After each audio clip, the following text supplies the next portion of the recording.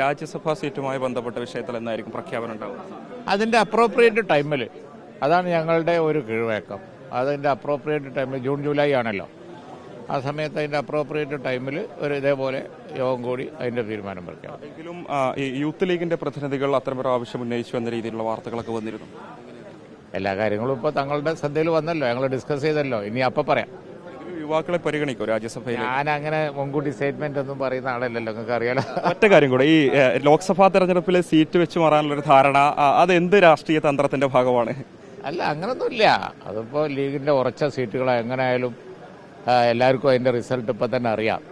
അതുകൊണ്ട് പിന്നെ അതിനെക്കുറിച്ച് ഞങ്ങൾക്ക് ഒരുപാട് കാര്യങ്ങൾ പരിഗണിച്ച് അങ്ങനെ തീരുമാനിച്ചു എന്നേ ഉള്ളൂ. രണ്ടും ലീഗിന്റെ ഉറച്ച കോട്ടകളായിട്ട് തന്നെയാണ് കണക്കാക്കുന്നത്. ഇത്തവണ എത്രത്തോളം ഭൂരിപക്ഷം രണ്ട് മണ്ഡലങ്ങളിൽ എത്തിക്കുമെന്നാണ്? എല്ലാ ഭൂരിപക്ഷത്തിനും രണ്ടും ജയിക്കും. രണ്ടും ഉറച്ച കോട്ടകൾ തന്നെയാണ്. എല്ലാ കാലത്തും ആയിരുന്നു, അല്ലാതെ ഏറ്റവും ഇല്ല, ഇനി ഒരു കാലത്തും അങ്ങനെ വരികയില്ല. ഇൻഷാ അല്ലാഹ്.